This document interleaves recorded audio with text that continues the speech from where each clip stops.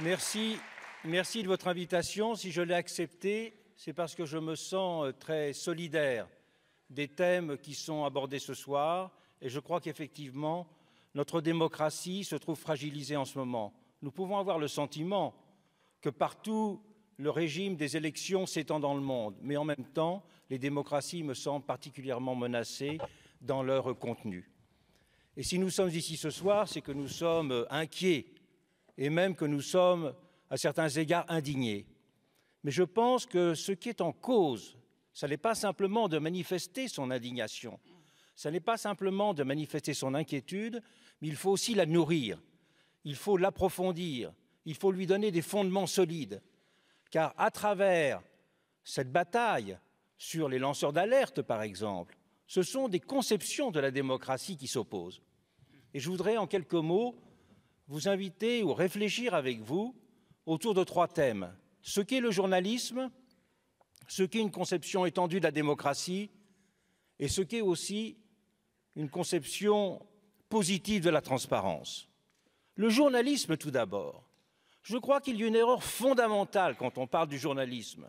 C'est de penser que le journalisme est simplement au service d'une liberté individuelle. Le journalisme, ça n'est pas simplement l'expression du droit à s'exprimer librement. Ça n'est pas simplement un droit de l'homme. Le journalisme participe aussi d'une liberté publique.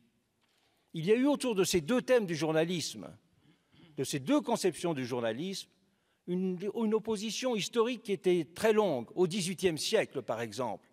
La monarchie acceptait volontiers une certaine idée de liberté d'expression personnelle, mais qu'il y ait organisation d'une liberté publique, cela était beaucoup moins accepté. Et dans l'histoire de la démocratie, le progrès du journalisme, avec le progrès de la représentation parlementaire et du suffrage universel, ont toujours été de pair. Et Louis Plenel citait tout à l'heure le premier président de l'Assemblée nationale en 1789. On pourrait rappeler également qu'un des symboles les plus présents dans l'iconographie révolutionnaire, c'est celui de l'œil de la surveillance collective.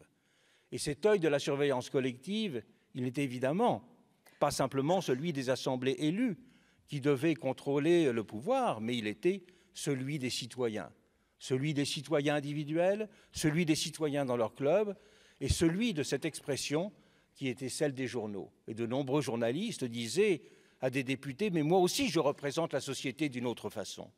Car représenter la société, ça n'est pas simplement être délégué, être élu. Représenter la société, c'est rendre présent ses difficultés, c'est faire connaître ses problèmes. Et de cela, il y a un rôle fondamental du journalisme. Et pour cela, le journalisme, devrait-on dire, a une fonction démocratique essentielle. Il n'a pas simplement une fonction de défense des libertés.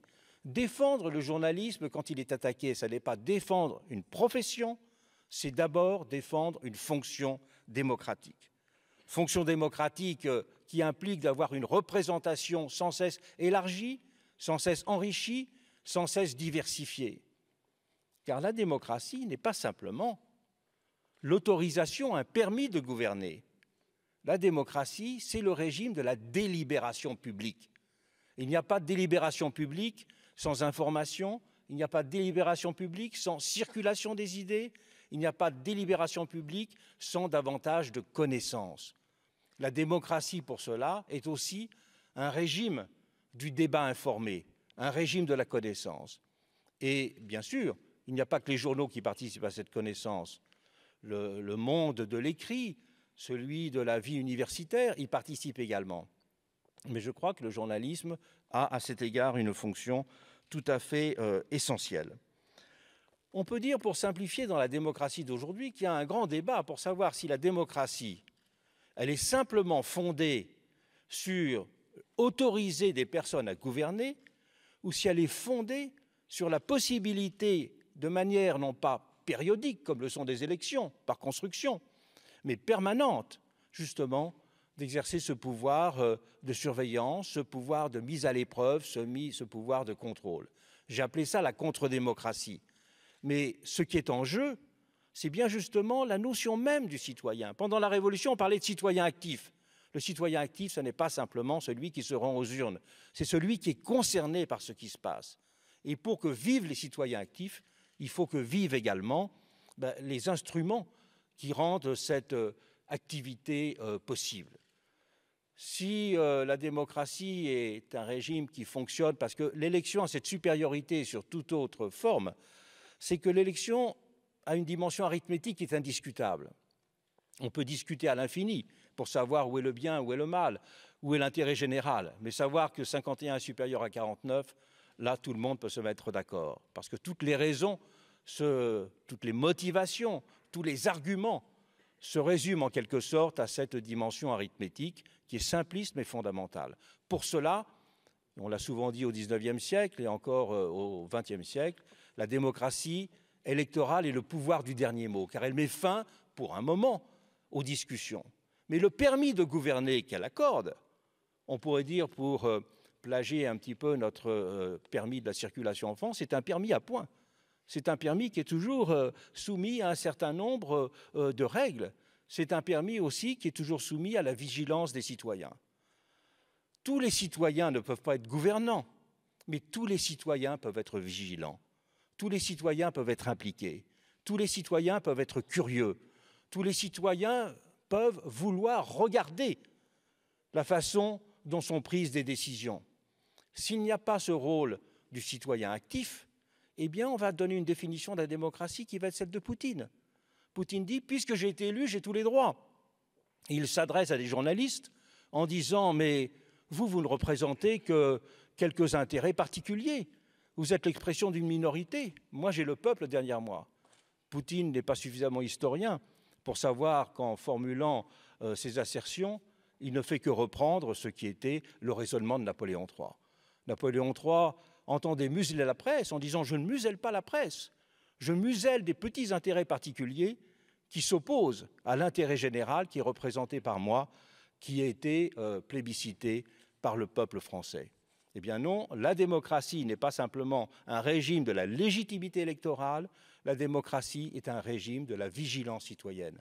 La démocratie est un régime de la délibération, et c'est pour cela qu'il est important que les informations circulent.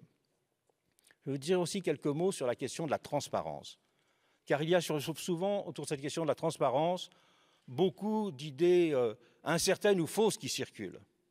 D'autant plus que nous vivons paradoxalement dans une société de l'hypervisibilité, dans une société du contrôle des individus, comme il n'a probablement jamais existé auparavant, puisque un certain nombre de sociétés gérantes de l'Internet savent exactement ce que nous pensons, ce que nous aimons, ce que nous achetons, avec qui nous correspondons et quels sont nos éléments de vocabulaire les plus fréquents. Donc nous sommes dans des sociétés de l'hypervisibilité, mais nous sommes dans des sociétés qui conçoivent la visibilité sous deux espèces. Avec les médias people, c'est sous les espèces du voyeurisme. Et avec cette forme de contrôle de la vie privée, c'est sous la forme du contrôle social. Mais en même temps que se développent ce qu'on pourrait appeler ces deux visions parasitaires de la transparence, le voyeurisme et puis le contrôle social, il y a d'un autre côté une tendance à l'opacification croissante des institutions. Opacification qui se camoufle souvent derrière la complexité de leur fonctionnement. Et là, insidieusement, effectivement, on voit que dans nos sociétés contemporaines, l'idée d'état d'exception prend de plus en plus de place. Autrefois, l'état d'exception, c'était vraiment dans des moments de conflit, dans des moments de guerre civile, dans des moments où il fallait mobiliser toute la nation. Aujourd'hui, il y a une tendance à voir le domaine, on pourrait dire, de l'état d'exception s'étendre. Et cela, c'est une menace formidable pour la démocratie.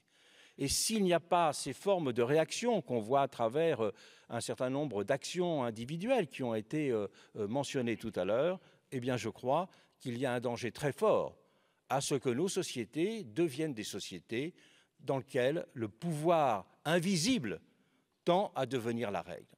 Et si ce pouvoir invisible qui tend à devenir la règle est un danger, c'est intrinsèquement parce qu'il représente, mais c'est aussi pour autre chose de fondamental. C'est que derrière la vision de ce pouvoir qui se camoufle, cela nourrit toutes les théories du complot. Le citoyen a l'impression d'un monde qui est opaque, d'un monde des décideurs qui est fermé, qu'il ne voit pas. Et du coup, il fantasme sur le fait que nous vivons dans des sociétés dans lesquelles il y aurait des sociétés secrètes, des complots qui organiseraient tout.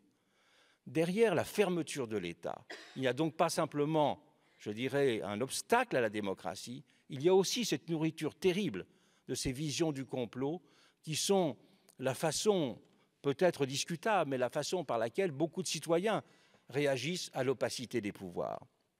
Et que lorsque se développe cette vision complotiste du politique, eh bien la démocratie vacille.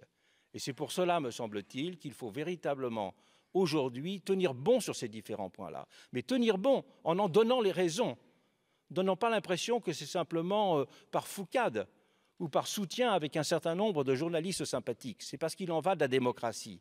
Il en va de la démocratie parce que la démocratie n'est pas simplement un régime de la liberté d'expression individuelle, qu'il est un régime des libertés publiques. Parce que la démocratie n'est pas simplement un régime de l'autorisation, mais que la démocratie est un régime de la vigilance collective. Et parce que la transparence, ça n'est pas à l'inverse de ces visions du voyeurisme ou ces visions du contrôle social, c'est de rendre la société lisible, de rendre le monde lisible et appréhensible. Si le monde apparaît opaque, on a l'impression que l'on perd prise.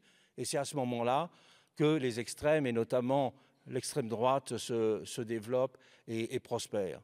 N'oublions jamais qu'on faisait mention tout à l'heure du Parlement anglais, que lorsque l'Angleterre a progressé vers la démocratie, elle a progressé avec deux mots d'ordre.